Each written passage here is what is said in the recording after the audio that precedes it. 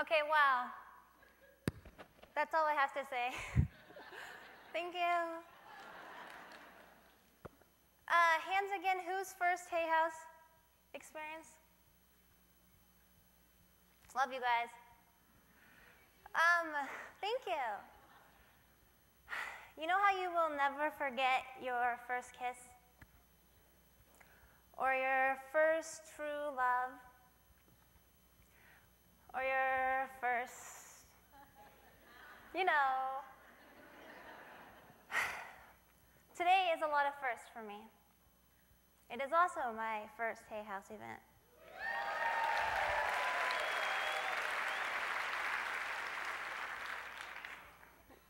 And I will be having my first Hay House book published. My first book and first Hay House book ever. And lastly, this is my first time ever speaking in public. Ever.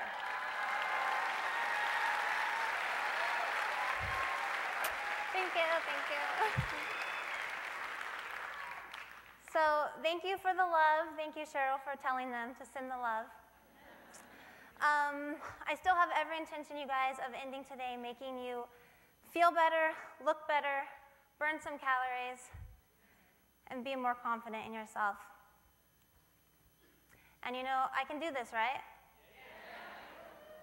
So a not so happy fact. Eating disorders are the #1 cause of death out of all mental illnesses. And the one industry we blame more than any for perpetuating eating disorders is the fashion industry and fashion models. Well, I'm a model. So along with vain and brainless, you can also assume that I not only have an eating disorder, but that I'm also mentally ill. And I couldn't blame you guys either, because this is what we are all led to believe.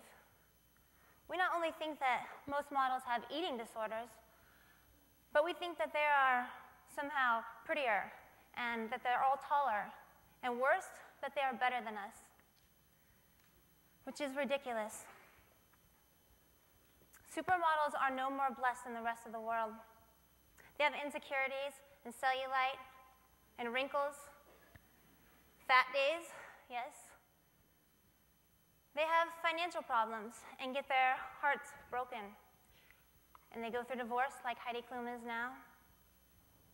There are plenty of shorter models, and there are, as some would say, ugly models. DeAnna von Furstenberg, one of America's biggest designers, was quoted as saying, "Most high fashion models are not very beautiful when you see them in person." She said that they are in fact quite odd looking. And I'm pretty sure she was talking about girls that look a lot like me. I was actually asked recently to have my photographs shown in a movie coming out on my industry, a documentary film called Chasing Beauty, and they needed to show the alien odd-looking girl. Yeah. Not offended. If I was offended by everything that I've been told negative about myself since becoming a model, no way would I be here right now. No way would I have that confidence. Thank you. So anytime someone says something negative about you, just spin it. Spin it. These shoes are so ugly, by the way you like them. They're so ugly that they're cute. That is the truth. So anyway, I am not going to talk about eating disorders. It is nothing I'm qualified to talk about. And it's a negative thing. We don't want to give attention to something negative. So what am I going to talk about? You know, in my line of work, I am not paid to talk. I've spent the last 6 years of my life getting paid to pose and to take pictures and to walk on a runway. And I have walked on hundreds of runways, and I've been in hundreds of magazines all over the world for some of the biggest names in fashion. Yet never once in all this time have I ever been asked to speak, because nobody cared what I had to say. Which is funny, because when I was discovered, as they say in modeling, I was like, oh my God, this is my shot. I'm finally going to be somebody. And then I'm going to finally have the chance to make a difference. But it turned out I wasn't making a difference in anybody's life. And instead, I was a part of an industry that was potentially harming people and causing eating disorders and low self-esteem, and God only knows what else. For the longest time, I didn't even like to tell people that I was a model because I didn't want to be stereotyped. I was ambiguous about what I did for a living, and I would joke around about being a plumber and, cleaning toilets for a living. What I discovered, though, was that instead of hiding from the stereotypes, I had an obligation to disprove them. That it was not only important, but that it was necessary. I can tell you 100 or more stories about people who have come to me seeking advice about how to lose weight and how to be model skinny. But I want to tell you about the one that hits home the hardest. I went home my first summer after modeling to see my nieces and nephews, and we went camping, and we were swimming and playing on the river. The next day, my niece was not eating, and by dinner, she still had not eaten a thing. And when I finally asked her why she wasn't eating, I will never forget what she said to me. "I'm not eating because I want to be skinny like you, Aunt Sarah." I knew right there was another story that needed to be told. Because contrary to what the media exploits and sensationalizes, not every model has an eating disorder or some other unhealthy behavior. And you really can have whatever body you want and desire and still be healthy. But it needs to be your dream body, not the one the media brainwashes you to think is ideal. Thank you.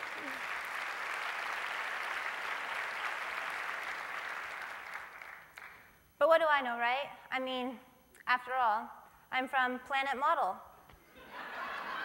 where everyone is born perfect and beautiful and genetically blessed. Actually, I am from a teeny tiny farm town in Jefferson, Oregon. There are more people here in this room than in the entire town where I grew up. The welcome sign as you enter reads, "Mint Capital of the World." Oh yeah, we grow mint. And I was actually the junior mint princess one year at our annual mint festival. And we actually, this is what we do there, we jump bullfrogs for a competition. And our parents get drunk on mint-flavored concoctions. Like probably you guys were doing yesterday for St. Patty's. The truth is though, I was very far from a princess, kissing toads, living in a mint palace. When I was in the first grade, my sisters and I were taken to a foster home, and my father was taken to prison. My mother got us back. The truth is that she might have been better off without us and all the responsibilities that she suddenly had to face. She went from being a happy housewife to a single mother of 4. The turn of events leading to my father's imprisonment destroyed not only my family and my siblings, but naturally my mother. She turned to alcohol to hide from her pain. I can't say I blame her. She was dealing with it the only way she knew how. My dad was in and out of prison for the rest of my childhood. I think the most time my father spent out of jail was when he had escaped. Oh yeah, my dad escaped from prison. How many people can say that? I definitely did not think it was cool back then, but I think that it makes for a good story today. When they took my dad to jail that first time, we were taken to a foster home. But when my mother ended up getting 2 DUIs in less than 24 hours, and wound up in a jail cell herself, nobody came. There we were, 4 little kids, with both of our parents in jail, and this time, nobody came.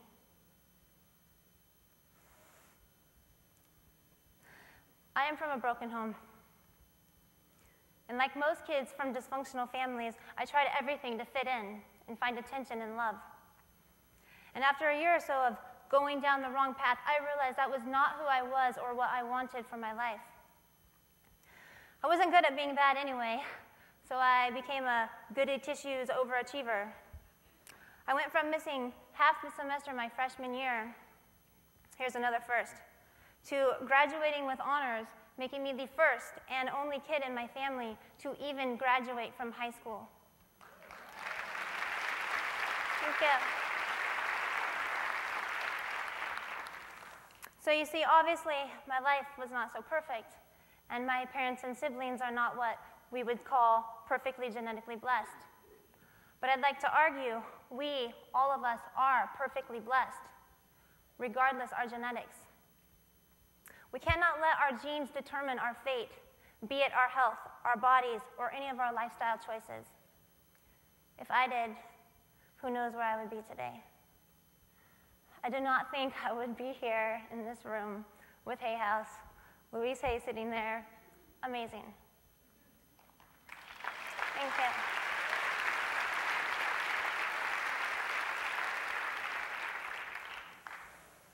Dr. Dean Ornish proved that we can alter our epigenetics, meaning that we are not destined for obesity, cancer, Chris Carr, I love you, drug addictions, or anything else that runs in our family. He showed and he proved that we can alter our genes and we can change our path in life. I did, and now my sister has too. My oldest sister was a teenage mother who didn't finish high school. Today she is one of the best moms I know, and she's graduating this year with a nursing degree.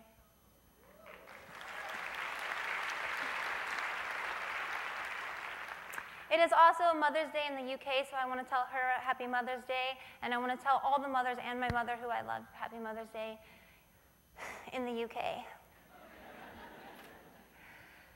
So, this notion that our genes determine our fate is just some crazy belief that we all have been fed and we keep believing. I, for example, used to believe that I would always have thunder thighs.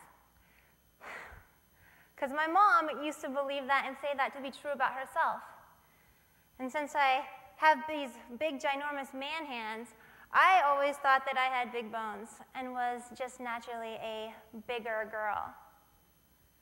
And I hated my hands until I realized I could palm a basketball and throw a perfect spiral football better than most guys I know.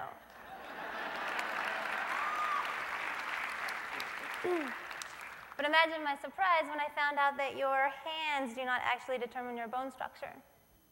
Nor does your bone structure determine your body weight, but rather only your weight distribution. I imagine it was a lot like how Oprah felt when she had her metabolism tested on national TV, and it came back that she did not, in fact, have a slow metabolism like she had always believed. Might there be a belief in your people, in all of you guys, a belief that you're holding against your body and against your life that you need to let go of?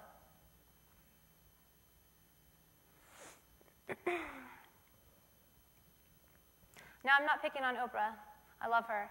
But I will never forget in her life class, I seriously almost fell on the floor watching her life class with Cheryl Richardson, the beautiful Cheryl Richardson, when she admitted, she had an epiphany moment, that she did not actually believe in exercise.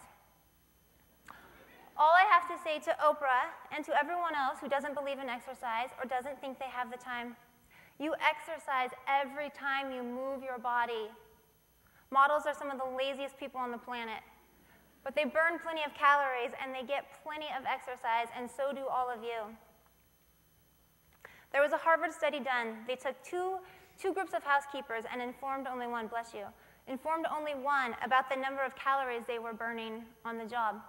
The group made aware at the end all lost weight and reduced their blood pressure. The group who was not made aware saw no changes whatsoever. The key was awareness. And awareness is not only the first key to changing your body, but is the first key to making any change in your life. And Louise Hay, I think, is the person that said that first. So while Oprah probably doesn't clean her own house, most of us do, and that is exercise, and it counts. The average person will burn 225 calories an hour mopping the floor. That is the equivalent to running on a treadmill for the same amount of time. One of my favorite quotes is, "What you seek is seeking you. The body you seek is also seeking you." Or maybe it's haunting you. As for me, I was not always model skinny. I used to weigh at least 20 pounds more than I do now.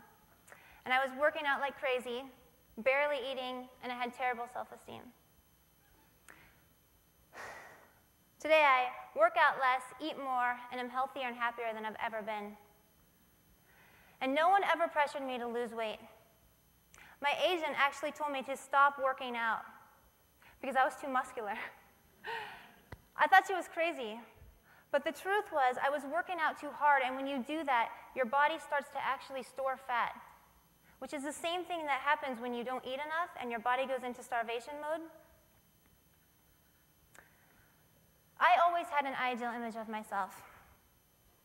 And I had never even seen, it was mine, because I had never even seen a Porsche before moving to California. Vogue was a song that Madonna sang. And I had no idea who the heck this Mr. Giorgio Armani guy was, but he sounded hot. We all have an ideal in our brain about who we want to be, what we want to look like. We don't let anyone else determine those other ideals in our life, so don't let anyone tell you what body's best for you. The key is finding the body that makes you happy, especially considering that 80% of women and girls are unhappy with their bodies and have a negative self-esteem. So no, we can't all be supermodels by profession, and believe me, if you knew the horror stories, you would not want to anyway. But just because we can't all be Victoria's Secret angels does not mean that we can't look and feel like a supermodel inside and out. And it's actually a lot easier than you think. There are really only 5 keys that determine body weight, and this is for all of us. And if you adopted a model's mentality and modeled a model's behavior, a healthy model's behavior towards these keys, you would not only attract the body you want, but you would feel better, you would look better, and you would be more confident. Do you want the 5 keys?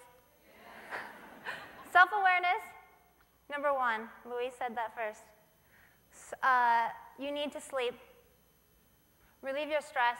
Pay attention to what you eat and exercise. Eating and exercise, least important ones. So I want to give you something good before I go, and I'm almost out of time, so we can't get into all the keys, so I need all of you to please stand up. At home, stand up as well. And once you get on your feet, I want you to think about what it means to have supermodel posture. This is the first thing we learn as a model.